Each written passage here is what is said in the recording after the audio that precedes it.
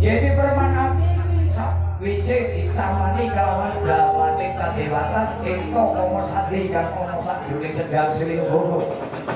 Ora saya suwe saya lebur, ora saya suwe saya ajur, nanging malah iki meh dadi ponang jabang bayi. Yen kaya ngono jongane kedangun iki tak lebur tak siram awit toyo panguripan sundha karo sampeyan.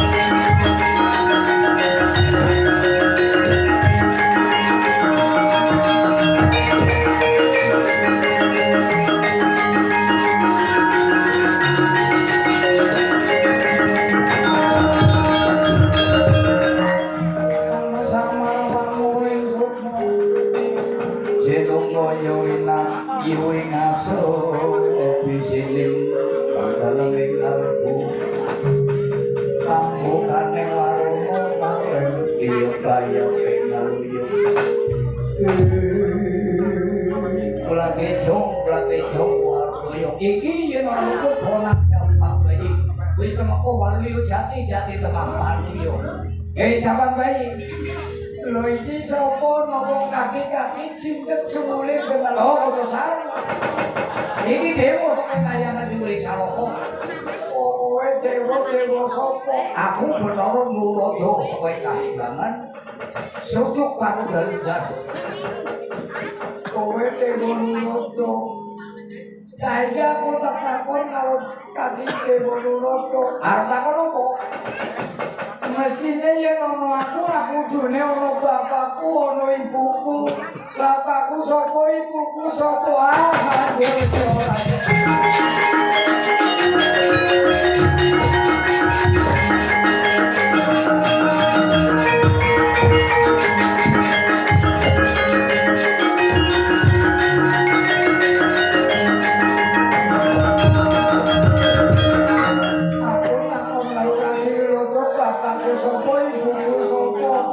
Iki lho ngene.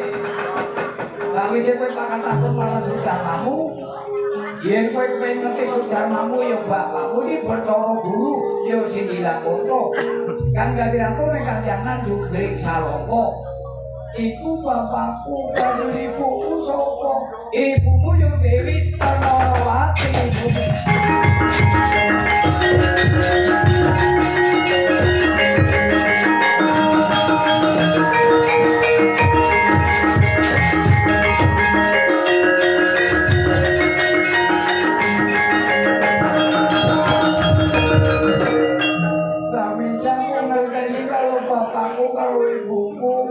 Aku saiki wis pulih kok ning Madyapada aku njaluk jeneng. Kapiye? Njaluk jeneng karo kaki. Ah, ora jeneng. Ora njaluk jeneng. Jeneng kaki-kaki bujut. Kowe njaluk jeneng mari ketenger olahragamu. Iya kaki aku njaluk jeneng karo kaki. Yen kowe bakal njaluk jeneng karo kaki, iki tak jumbukake karo kahanan. Awit kowe ngedadane saka kamane Bathara Guru sing ora mapan ana ing papan panggonane. Kowe tak jenengi Bambang Kono Salah.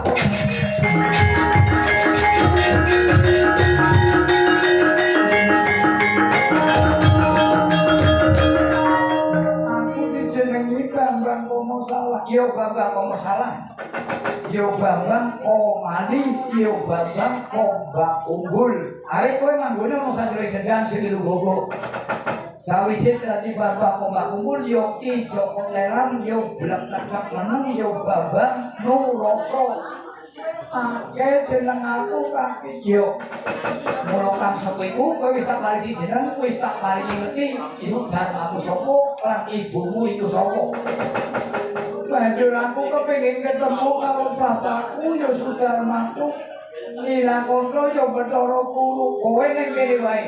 Monggo sing bakal marani Mas Sudarmamu ulun bakal munggah ning kayangan saudaraku.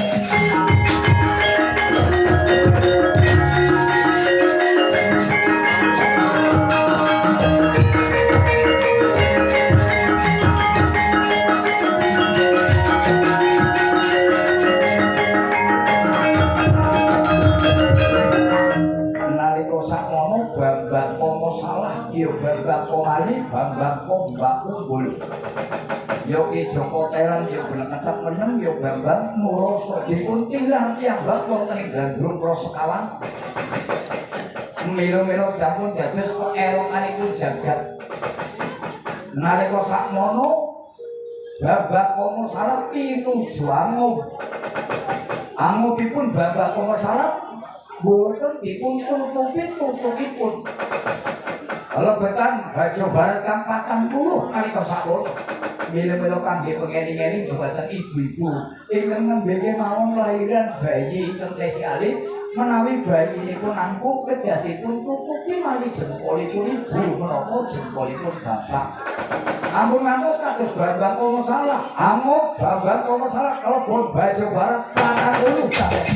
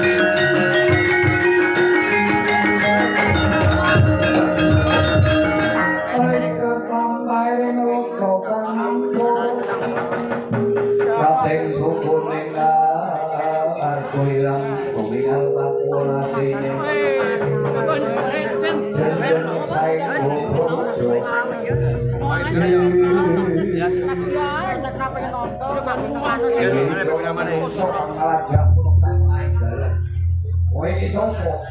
Lho aku lagi ora sak tengahing dalan. Lho kowe iku menungso sing tangane sewiwi. Kowe sapa?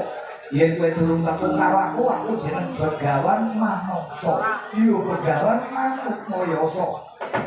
Aku kang lagi amun kelawan anak baku Bajo Barat kang 40. Nanging aku sawise lumarak ngene iki anak baku Bajo Barat sing 40 wis mlebu ning jiwa anggamu. Aku wis kok panggoran Bajo Barat kang 40. Mula kang suwiku kowe dadi menungso kang sekti liluwih. Kowe duwe gegayana apa mesti bakal keturutan. Kowe duwe kasekten kang pinunjul awit wis direwangi kalawan Bajo Barat kang 40 kang wektu saiki wis mlebu ning jiwa anggamu. Nanging kowe kudu anake tebusan karo aku sing angon kelawan Bajo Barat 40. Sakwise kowe kepanggoran Bajo Barat 40, kowe kudu nanakake sesaji tumpeng pitu giling pitu sak lawane.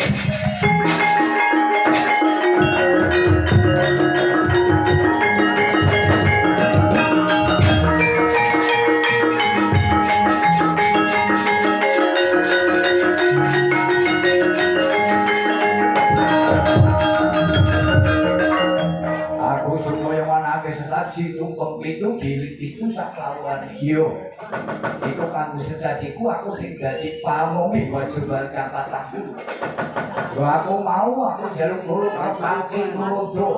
Aku supaya bisa ditemokake karo Sudan, aku ditemokake karo Kanjeng Ramaku.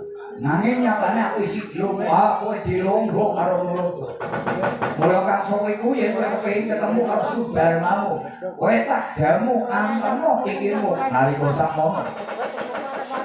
Sang Bambang Komo salat yo Bambang Komani Bambang Belketek menung yo Bambang Kobak Kumbul sing dapat asuku tunggal. Sampun kadhahi sekas ingkang linawi sampun kepanjenengan Bajo Barat kang 40. Masih sapa Candra satu kang bingkas sajupulipun sini dikoro nalika sakmono ngendika nyuwun badhe pinanggeganen sudaranipun Sang Bathara Guru. Sasampunipun keteriman playunipun Sang Bambang Komani dipun jamu dening Begawan manungsa pati-pati Jawa menawi wonten sampun kayangan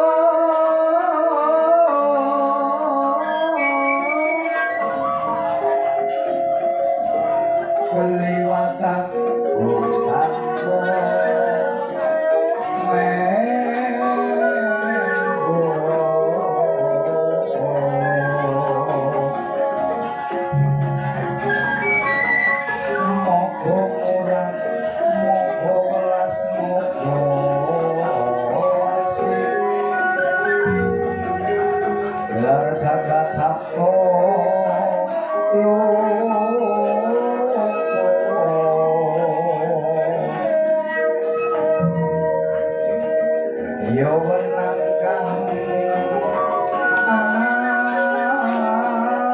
sesa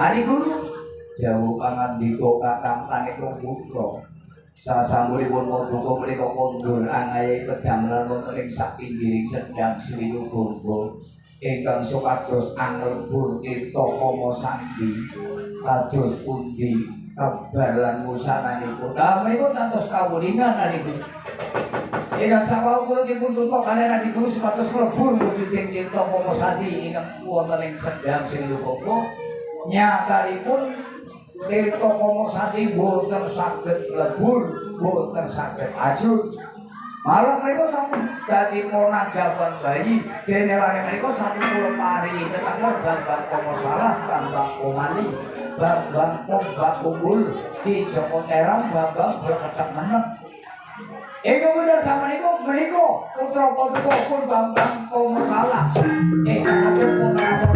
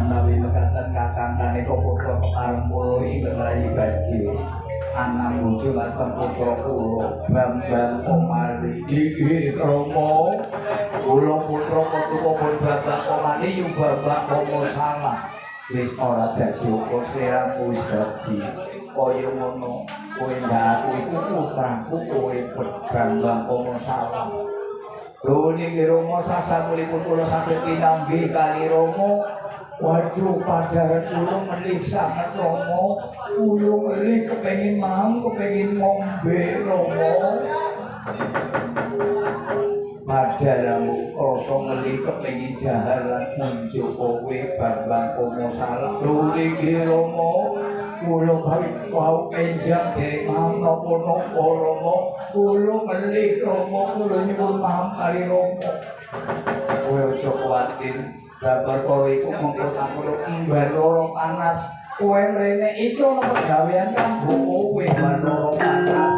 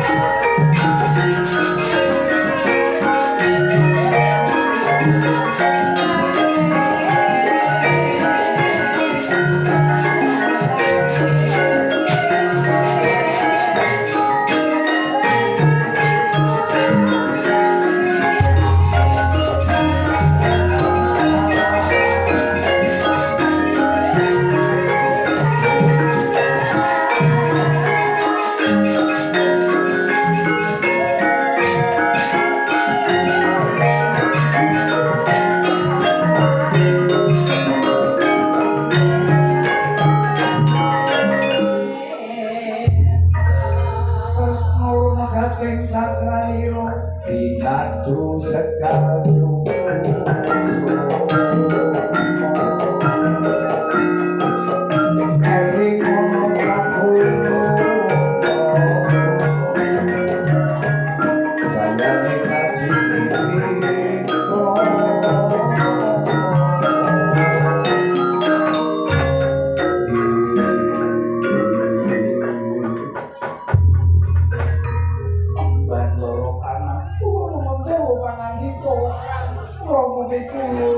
iki untuk pegawean buku putraku Bambang Komo salah Bambang Komari Bambang Kombak unggul iya bleketek meneng ki Joko terang iya Bambang Ngroso awit sambate iki ngelih buru mau lan buru mobil iki jagan kondur ning ki dalemmu Bandara Panas monggo yen wis tekan ki dalemmu iku wena dahar wena muncul dikewulangi putraku ya Bandara Panas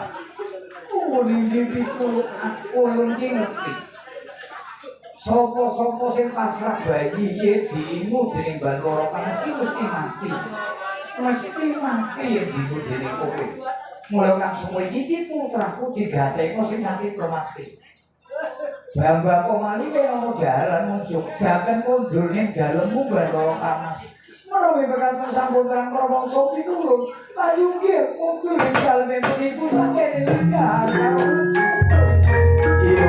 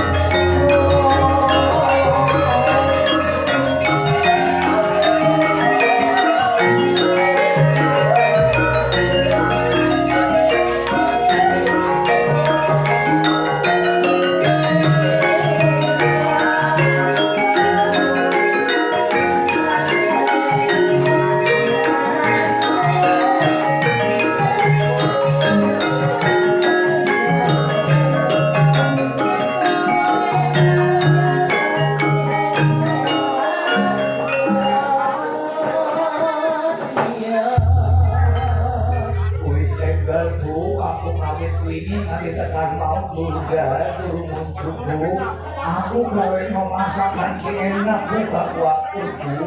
Udah dong biasakan di sini. Kenapa sih tak ulangi tak masak sing enakan kowe. Iki masak sing enakan kowe. Iku yo daging barang. Itu saya tidak. Jadi kowe kan nggak boleh. Aku wis ngelih banget utal karo wae. Bu, kepiye? Aku wis ngelih luar. Jangan sama mangke lho kok sambat di sini wis enggal masak maning sinakeh Bu ada mau 15 kilo Bu tobat ini mau beras itu wis lho kok penanten nanti mau ini tak tenan sak rinci wis sisang kilo kok kurang banget yo ibu hebat karo aku Bu aku sing iki tak banget karo rinci Bu, kepiye? Aku tetap durung wae. Tobat tentangmu ki apa-apane, tentangmu ki apa-apane. Nalika sakmono Bandara Panas menawi boten mangertos menawi Bambang Komersal niku sampun kepanjenengan baju barakang 40. Menawi dahar menapa mawon pinten-pinten telas. Ibu, kepiye? mongko ibu bisa rambi apa? Wis enggal masak sanane bojo kesuwe ku aku sing nalika sakmono emban loro panas kesusu anggone rajang-rajang janganan. Jentik manis emban loro panas ketrajang peso kumbel. Jentikipun boten dipun pundhut katut dipun masak dari bahan loro panas. Nalika dipun ladheaken kaliyan babak umami. Iki piye beda sak mene-mene iki.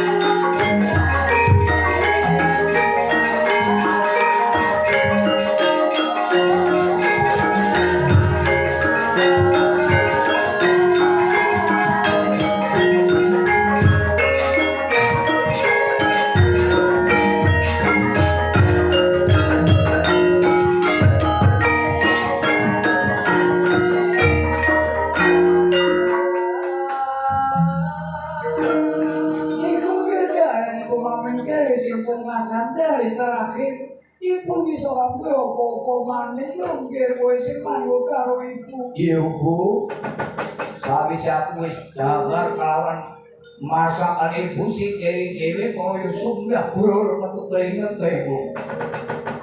Aku tak takon karo ibu nang ibu Jogoro. Ora takon apa. Masak sing dhewe bumbune opo Bu? Padha wae karo sing dhisik. Ora krambang ngono ya kok ngomong. Ono bawang sapi nunggalan kan bumbune wong masak. Ojo karo sing dhisik ora ngader. Saiki ibu tak takoni misal kas ojo goroku. Masak sing keri dhewe bumbune opo? Awit aku sakwise mangan sing keri dhewe aku duwe tenaga. Aku brol metu keringet Bu. Ibu ojo goro. Yen ibu supaya ojo goro, ibu tak wale karo kowe. Kowe wale opo? Anggone pun ibu kesusu anggone masak ning dapur. Nanti jentik manis ibu ketrajang peso. Tugel ora tak tunggu kok menawa katut ning janganan. Iku minum tidak dene kok. Oh.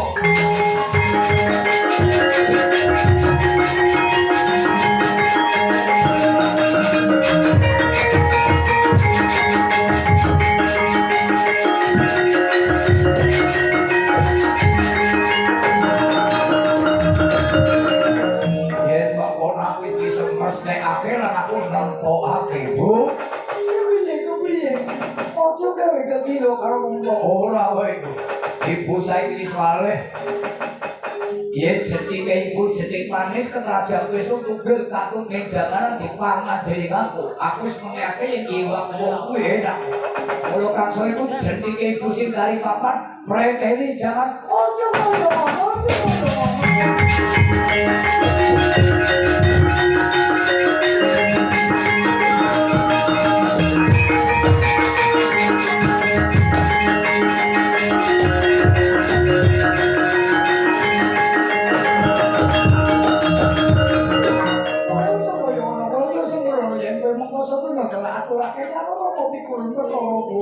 wis ora hidup ora urus.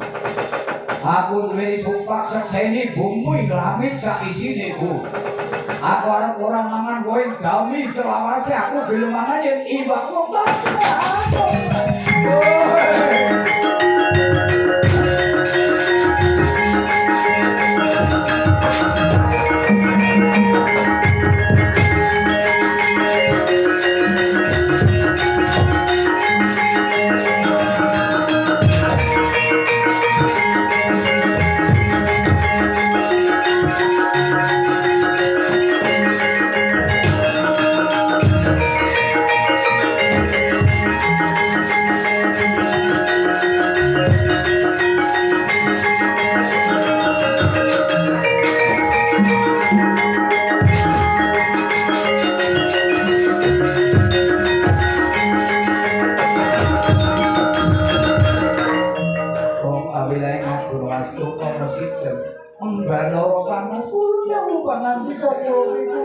Lho kowe kok sajak mlayu-mlayu koyo wong kami gila. Kowe kena ngopo ban loro panah. Menika mekaten kula mboten saged rumah putra kula tambah kono salah. Lho sababe iki amit kula menika kula cetaken ugi menika kula nalikanipun kula rajang jeneng manis kula tugel. Mboten kula pundhut katut wonten ing janganan iki dahar dening tambah kono salah. Malah piyambak iku menika sumber. Lho sumberipun aku ki kepiye? Nyuwunipun sasenipun milangi saisine mboten tedhe mangan wondah selawase. Urun menawi mangan iwak kok ngono mboten gila.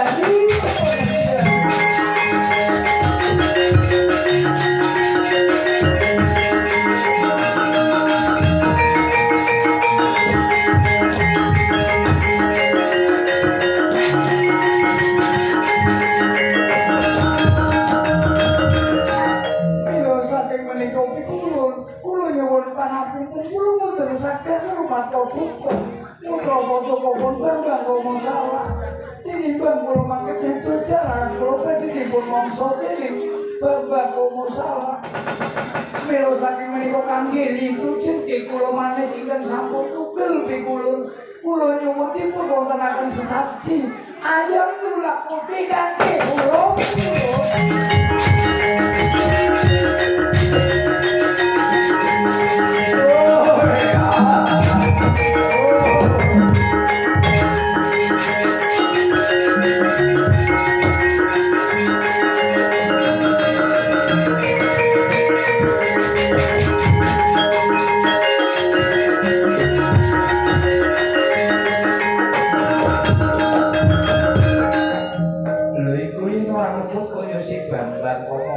Yo Rama ning ibu buat loro panas iki kecadhak mongso dening aku.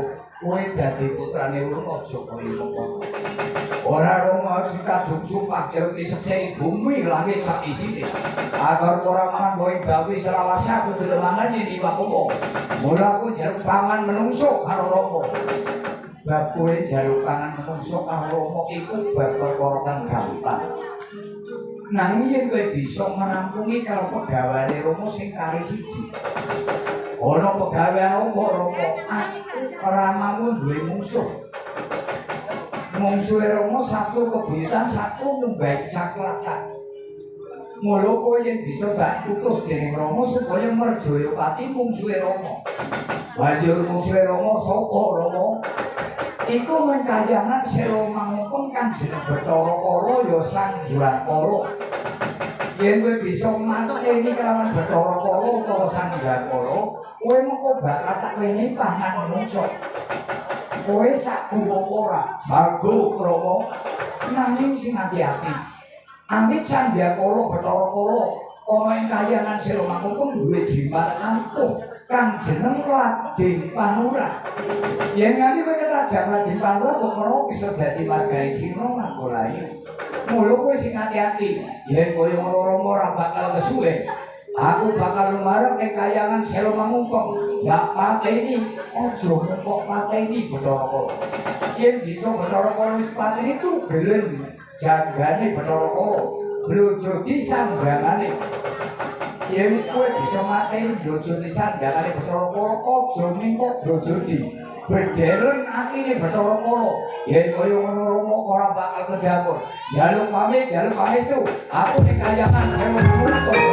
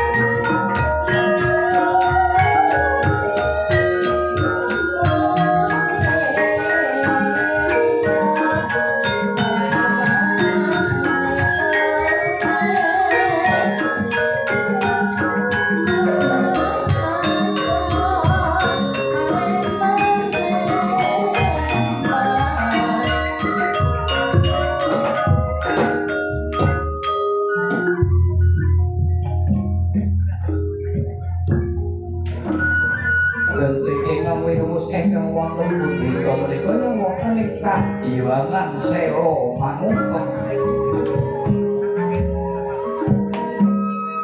Menika warnane sak Bathara Kala ya sak Hyang Kala.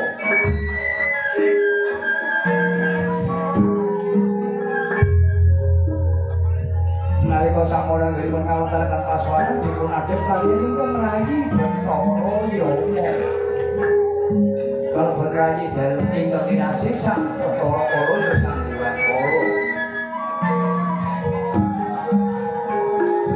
Nalika sampun sang Bathara Kala dhewe ngawontenaken wirunggan ingkang dipun rembak dening sak Hyang Kala lagi sedya balera kaliyan Bathara Guru. Awit Bathara Kala niku kraos meri kaliyan Bathara Guru. Awit Bathara Kala niku kalebet keturunan dewa ingkang langkung sepuh kenging menapa ingkang dadi ratu ing layangan sanes Bathara Kala nanging Bathara Guru. Nalika sampun sang Hyang Kala anggenipun ngawontenaken wirunggan dening asem mendika kang kawijine lisan.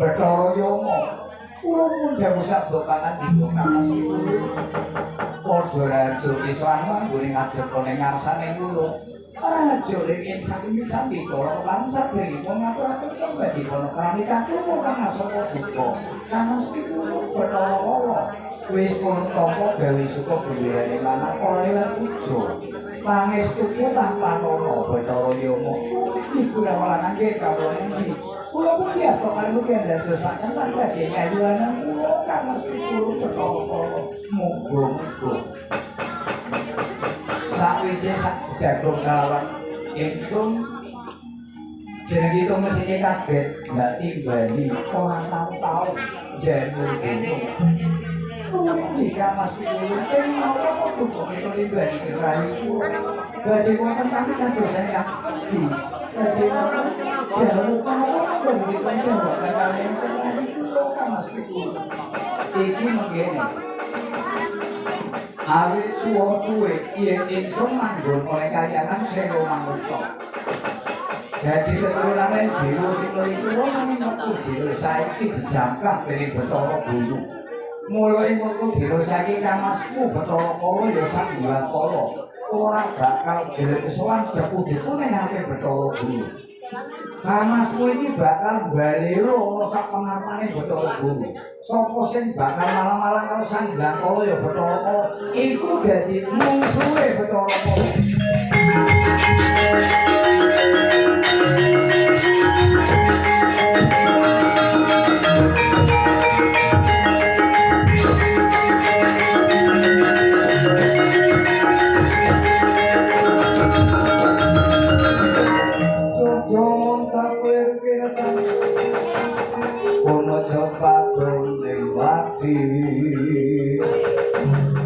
Netro kocak mangun garang yen idepe mangol joko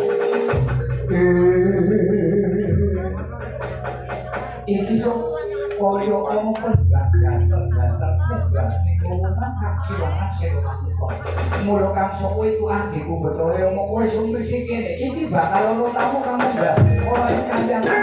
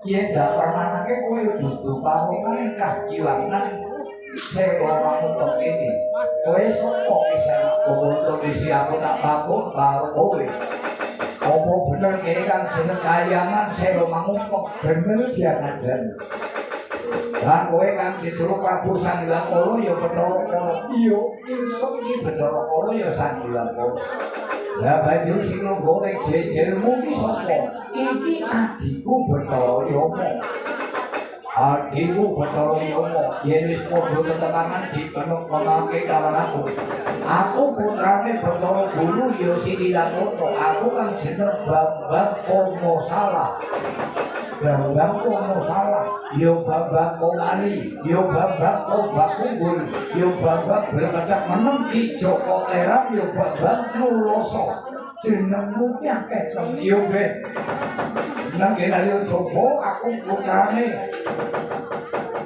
Bathara Guru kan manggon ning Kahyangan Gundring Saloka. Lho banjur kok kamu ning Kahyangan Selomangkung bisa diusiri. Mangerti yo Bathara Kala ya sadya istri Ari Kiswana kowe ora gelem sowan ning ngarsane Bathara Guru. Kowe kekesar Bondan Tamoratu kuat balero karo Kanjeng Ramaku Bathara Guru. Pancen gak dadani. Engko dina saiki aku lagi krasa meri kelawan Sudarmamu ya Bathara Guru. Karena aku Bathara Kala mlebu keturunan dewa sing luwih tuwa. Nanging sing dadi ning Kahyangan butuh Bathara Kala malah Bathara Guru. Mula kang suwene wiwit dina iki Bathara Kala ki bakal balero karo Sudarmamu Bathara Guru.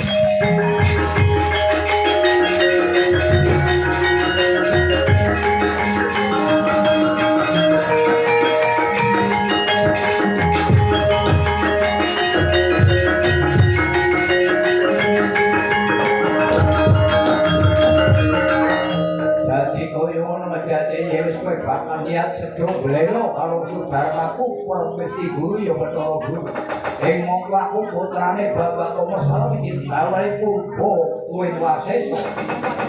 Ing Rama Bathara Guru yen kowe sedya blelo kowe pati dadi mungsuhe Rama Bathara Guru. Satru kebuyutan satru munggahe jambratan. Ora gelem numpul karo Bapak Komane tak tugel gurumu. Bathara Yama dewa nandika. Iki bocah balen gawe rusuh ning Kahyangan Selomangkung. Kowe aja kaya bocah cilik Bathara Yama. Mengko lho kowe arep apa? Aku adine Bathara Kala ya Sanghyang Kala kan jeneng Bathara Yama. Yen kowe bakal gawe tentrem ndak liyane matur karo kamasku pikulun Bathara Kala. Yen kowe bareng gagir, kowe ketemune karo Bathara Yama iki tapane.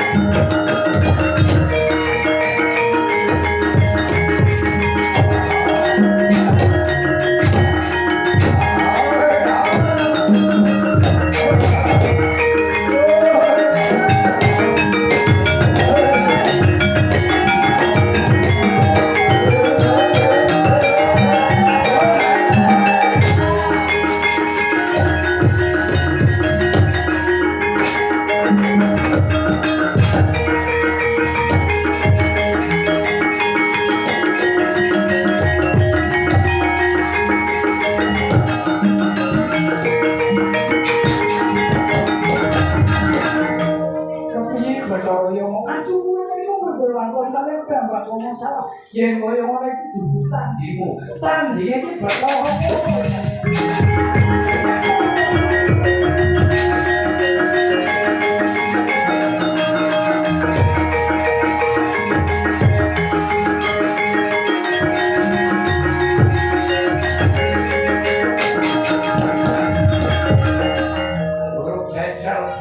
kulit bebalungane iki Bathara Yama. Saka jeneng aku melayu kawigiran Bathara Yama. Yen kaya ngono adikku ki dudu tandhimu. Tandhimu ki Bathara Kala. Banjur Bathara Kala kepiye karo Bapak Komasala? Kowe kuwi nampani lan dipanut aku ngaji selawe taun karo kowe.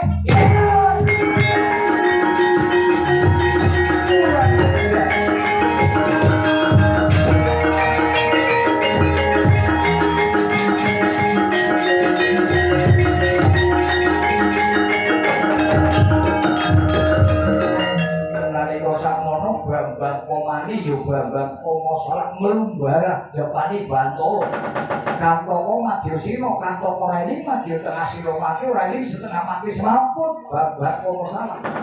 Milo-milo ketajam jimat apuk lagi panuran wasiatipun Bathara Kala ya Sanghyang Kala. Milo-milo babak kono salah sampun kepanjingan Bajo Barat kang 40 duwe kasekten kang nglinui. Kasiring sampeyan Blenjal Nurya Wungu dipun sabut wujud kladeng panurat ngamuk kaya banteng ketakon.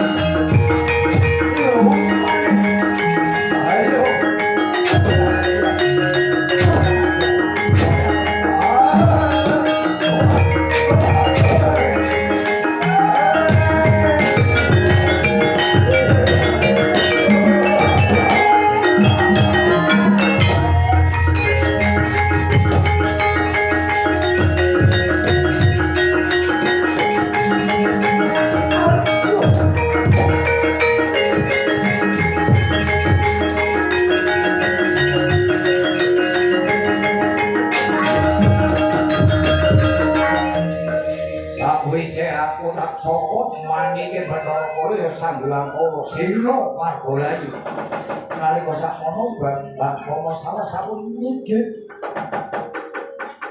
tanggonipun Sang Bathara Kala ya Sanghyang Kala sira Margalayu ayan-ayu Baskara Kitiwaci telas tulis murid Sanghyang Kala ya Bathara Kala mila saking menika dipun muli kaliyan Rama menawi sampun saged ngejahi Bathara Kala ya Sanghyang Kala aja mupok pameni tugelen gulune Bathara Kala sakwise ditugel Bathara Kala diblojoti sandangane sakniki diblojoti sandangane dibedhel atine Bathara Kala oh kowe tak raja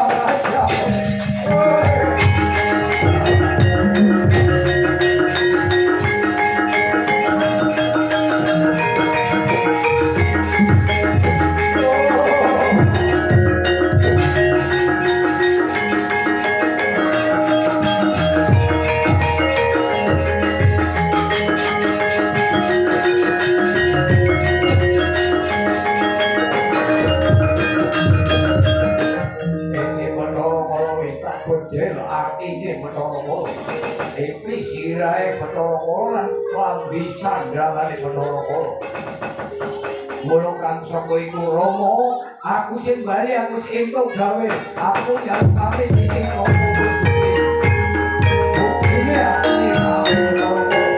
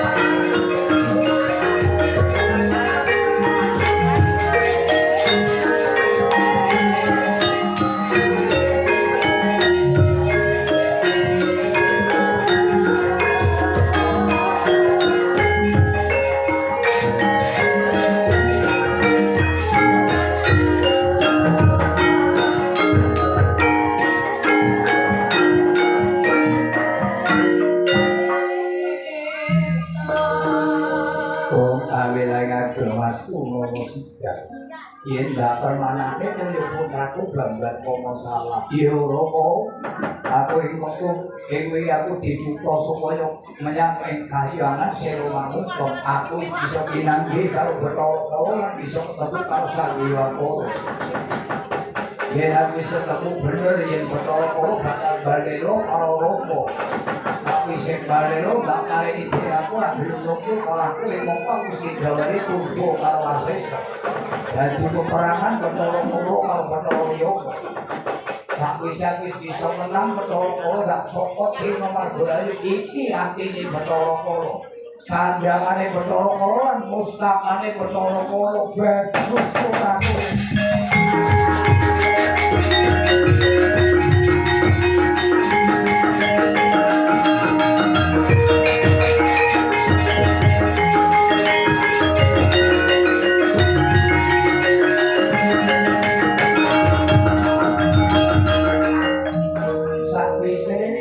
Bisa perjaya pati dibedel atine Bathara Kala diblojor disandangane Bathara Kala lan nganti ditugel janggane Bathara Kala yen kaya ngono banjur kepiye nggih putraku Bambang aku ora bakal lali Rama aku karo Rama aku bakal ngadu janji karo Rama jare aku diwehi paman menungso karo Rama yen aku wis bisa nyirnakake Bathara Kala ya sagiwan kala iku bakal ngobong nanging sadurunge jeneng kita tak paringi tangan menungso kelawan Rama aku tak kepengin nyawang atine Bathara Kala kala wong dadi mongko dadi leteke jagat gelang-gelang bumi jail metakil sing dadi pegawane Bathara Kala ya sandang kala mrene cedhakno atine Bathara Kala iki Rama tak duke iki atine Bathara Kala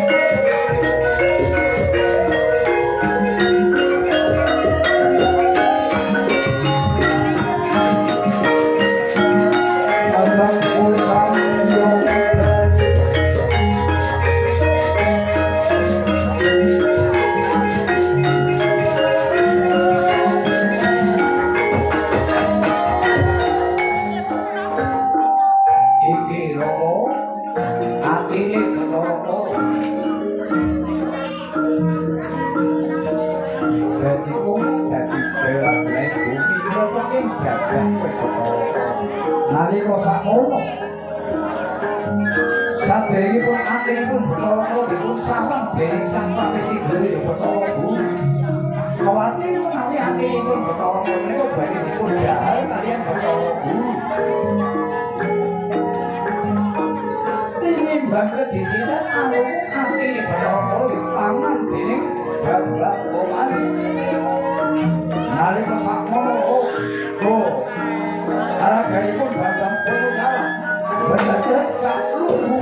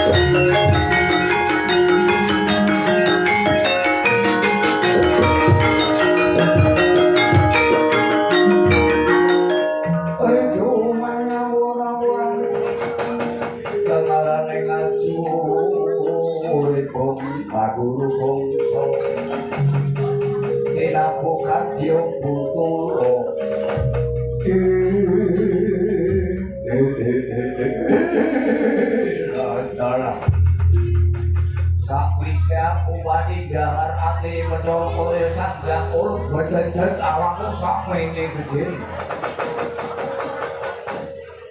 Bambang Kono salah dawuh pangandika Rama aku njaluk ngapura yen aku duwe pendako atine Bathara Kala bakal dijahar dening Rama ini bang kedisitan atine Bathara Kala tak jahar dening aku kowe dadi putrane Rama kowe ya klebu dewa.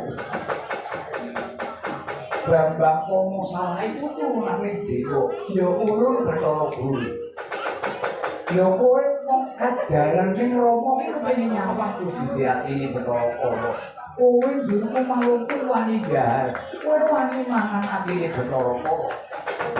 Yen kowe wani mangan atine Bathara Kala, kowe padha kanggo kandhange Kala. Yen kowe kanggo kandhange Kala, ya kowe Bathara Kala.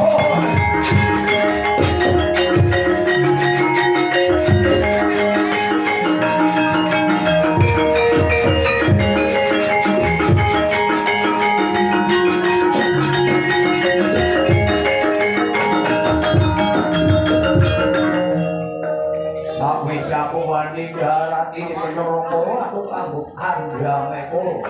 Yen aku kanggo kandhange Kala ya aku Bathara Kala. Ya wis tak trimoake Rama. Nanging aku ora bakalane ndek pangan menungso sing kanggo aku.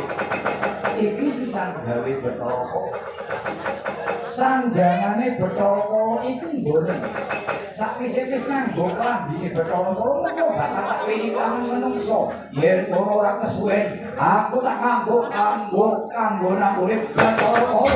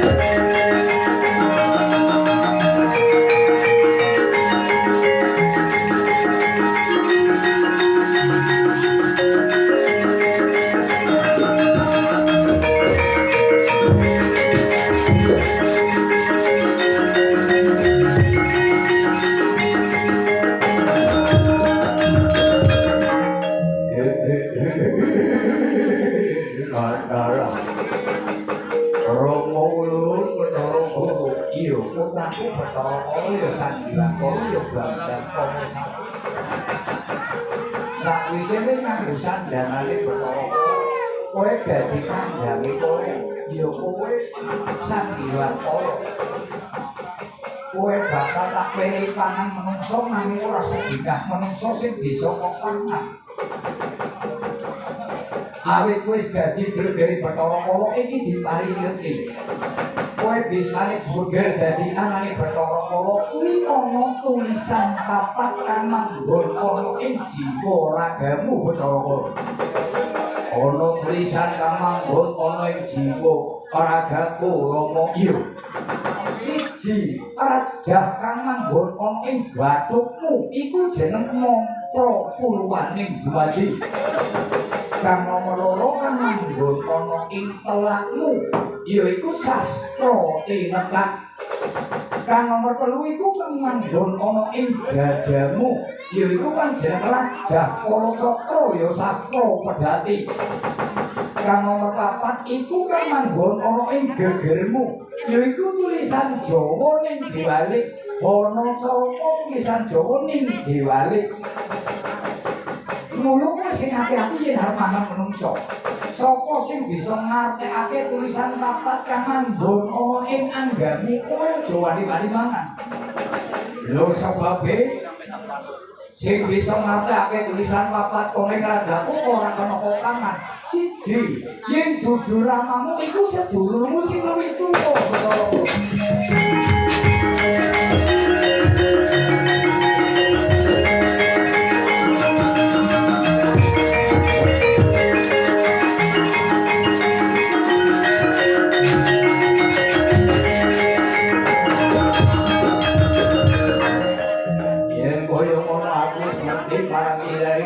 Raja kang padha manggon ing jiwa anggamu Rama iya. Mula kang sengitmu Bathara Kala digatekke lagi ngeteni. Iki bocah Sekerta duwe penandang loro ning ora bisa disawang nganggo kasat mangka. Iku bocah Sukerto bocah kang akeh alangane bocah akeh sanggulane. Iku bocah Sukerto dipangan dening Bathara Kala.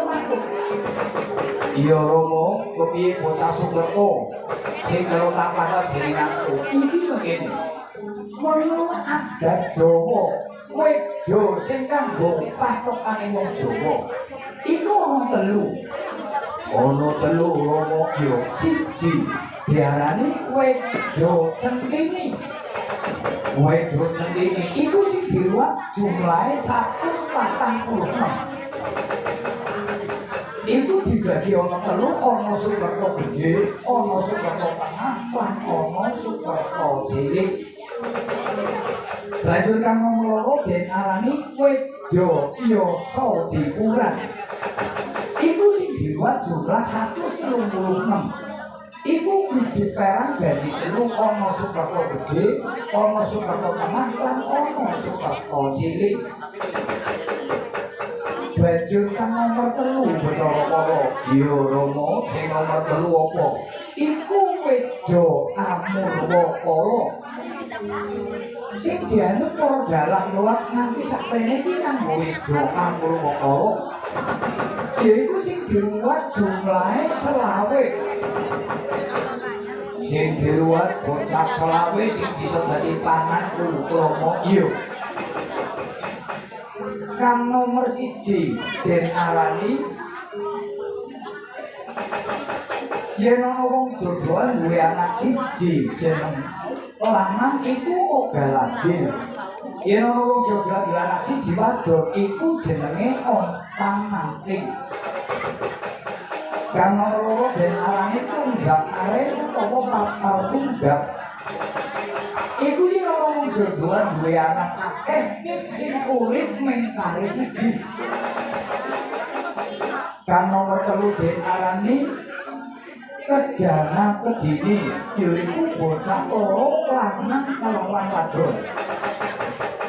Kang nomor 4 den arani Kembar Sepasang, yen ana wong jodohan duwe anak loro wadon kabeh. Kang nomor 5 den arani Ugel Lawang, yen ana wong jodohan duwe anak loro lanang kabeh. Nomor 6 yaiku Kembar Lair. Ana bayi lair bareng babar sedina. Iku kang nomor 6 banjur kang nomor 7 den arani Sendang Kapitan Pancur. Yaiku yen ana wong duwe anak telu wadone sing ning tengah. Sabarike nomor 8 Pancuran kang Kapitan Sendang. Iku yen ana wong duwe anak telu lanange sing ning tengah. Nomor 9 Gotong Mayit utawa Cagak Tawang iku yen ana wong jodohan duwe anak telu lanang kabeh. Nomor 10 Coki Durit wong duwe anak telu wadon kabeh. Nomor 11 darani Srimpi, yaiku yen ana wong jodohan duwe anak 4 wadon kabeh.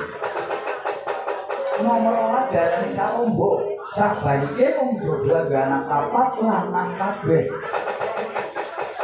Banjur nomor 13 Lumpat Idam, yen ana wong jodohan duwe anak 4 barepe lanang wadon lanang wadon. Iku Lumpat Idam.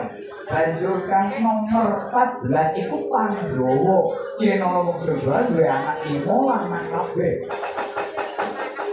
Kang nomor 15 iku den arani Pendawi utawa Panca Putri, yen ana wong jodohan duwe anak 5 wadon kabeh. Nomor 17 den arani Jawi Ngirit Banteng, iku yen ana wong jodohan duwe anak 6 barepe lanang sing 5 adine wadon kabeh. Banteng Ngirit Jawi sabalike yen ana wong duwe anak 6 barepe sing wadon adine sing 5 lanang kabeh. Nomor 18 darani Julung Wujud, yen ana bayi lair bareng karo pleteke srengenge. Kang nomor 19 Julung Kembang, iku yen ana bayi lair barengi srengenge panjer pas tengahe. Nomor 20 den arani Julung Caplok, iku yen ana bayi lair barengi srengenge surup. Banjur kang nomor 21 Bocah Yakin, bocah kang lair wis ora duwe bapa. Nomor 21 iku diarani Lungsing, wong wadon sing angel bumi golek bojo. Nomor 3 iku diarani Jangkel. Iku wong lanang sing angel bumi golek bojo. Nomor 4 iku kang diarani Duga Mrik, yaiku wong wadon sing sering duwe bojo ning bojone sering mati. Nomor 20 ya sing pungkasan iku diarani Kala Kinantang, yaiku wong lanang sing sering duwe bojo ning bojone sing wadon sering mati. Tangga kowe Bathara Kala, ya aku wis pangerti iku klebu bocah Sukerta. Yen didurung diakoni karo dalan telung-telungan iku bisa dadi panganmu. Dadi panganmu Romo.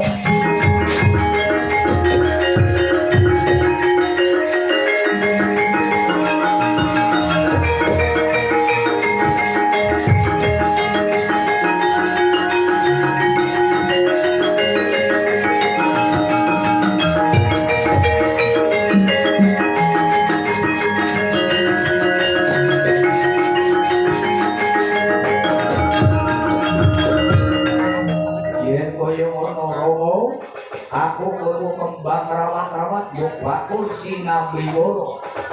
Yen ana daleme Bapak Sunarso ya Bapak Warkom Ibu Warkom. Iki dina iki lagi ngarame paruwatan yaiku Dimas Bagus Anto bin Sunarso. Alamate Desa Gunung Wetan RT 1 RW 3. Aku tak ngoro tak goleki bocah sing diruwat.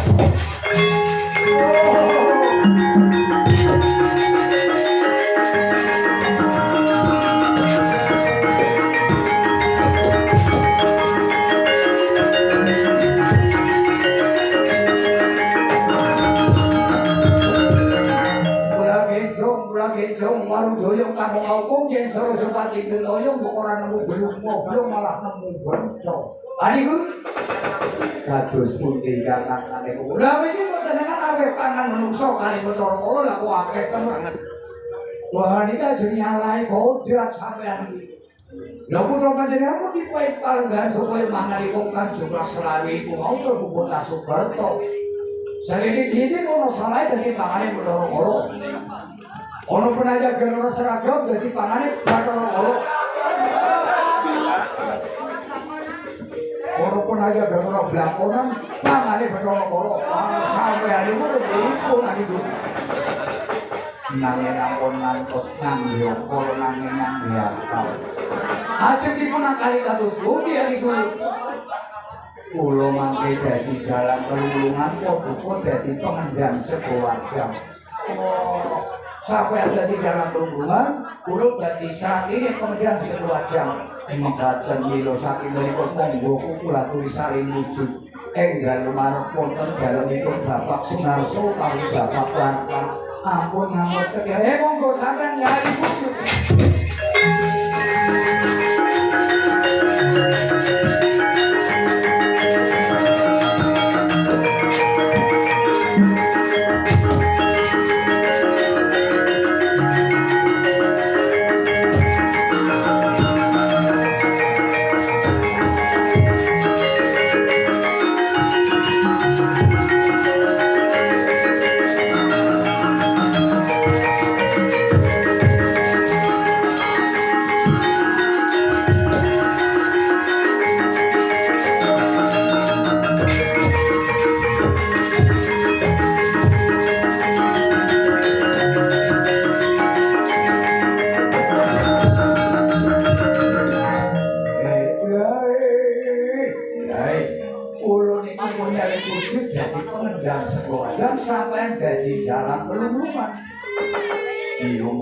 Soko ibu enggal diayati kakang pengendang sekeluarga nalika samanten Bapak Sunarso Bapak Kakang menika ugu kula kalian sekalian Ibu Warkom supados nyicari Sukerta putranipun dinalika Dimas Ampo. Bila saking menika ampun kejigitan Bathara Kala sumangga dipun ayati tindak wonten dalemipun Bapak Sunarso wonten ing Desa Gunung Wetan RT 1 RW 3. Monggo kula dherekaken ingkang atos kula.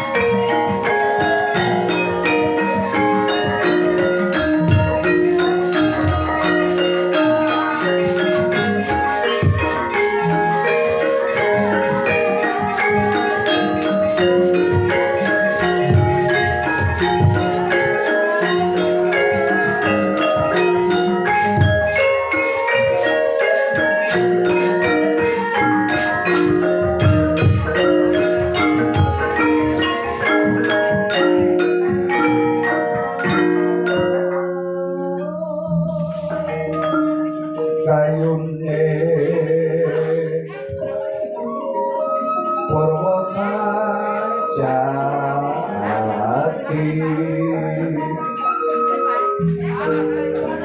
Pamiro jagat kodong inar yoro monde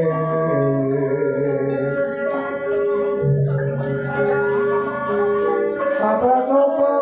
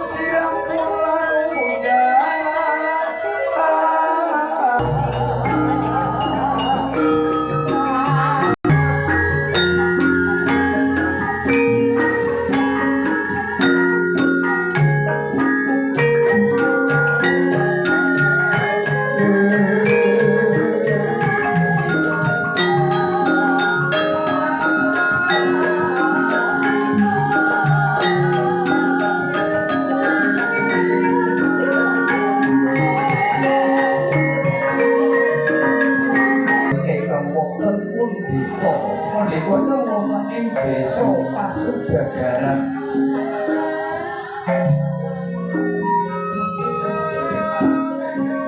ing mriku wonten Subagar Sugih Kampungan Putra kali setunggal lakung ingkang setunggal estri ingkang dipun wastani Jana Kedini